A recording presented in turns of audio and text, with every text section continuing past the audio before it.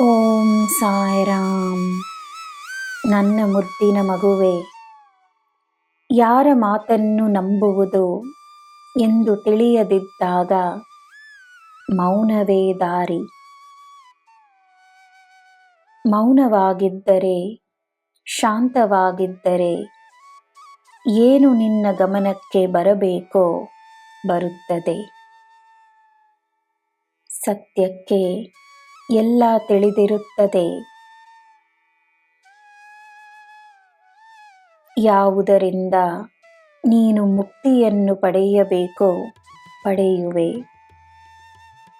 ನಿನ್ನ ಅನಾರೋಗ್ಯ, ನಿನ್ನ ಕಷ್ಟ, ನಿನ್ನ ನೋವಿನಿಂದ ನೀನು ಮುಕ್ತಿ ಪಡೆಯುವೆ. ನಂಬಿಕೆ ಇರಲಿ.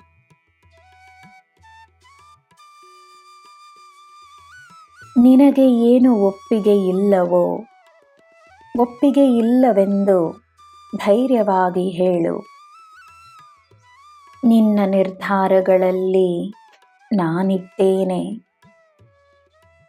ನಿನ್ನ ಧೈರ್ಯದಲ್ಲಿ ನಾನಿದ್ದೇನೆ.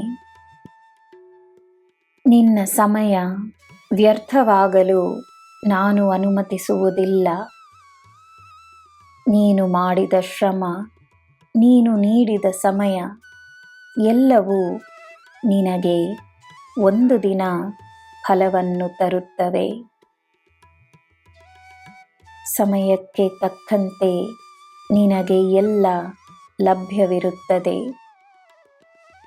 ಯಾವಾಗ ಏನು ಸಿಗಬೇಕೋ ಈ ಸಾಯಿ ನಿನಗೋಸ್ಕರ ಎಲ್ಲ ವ್ಯವಸ್ಥೆಗಳನ್ನು ಮಾಡುತ್ತೇನೆ.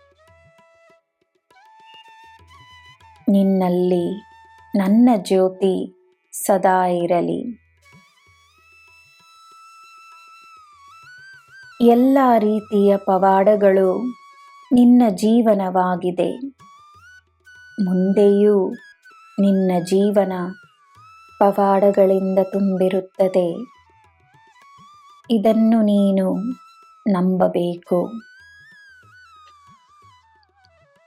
ನನ್ನ ಮಗುವೆ, ಭಕ್ತಿಯ ನಿಜವಾದ ಅರ್ಥವನ್ನು ಅರಿತರೆ ಅದೇ ನಿಜವಾದ ಸಮೃದ್ಧಿ, ಅದೇ ನಿಜವಾದ ಯಶಸ್ಸು, ಅದೇ ನಿಜವಾದ ಸಂತೋಷ.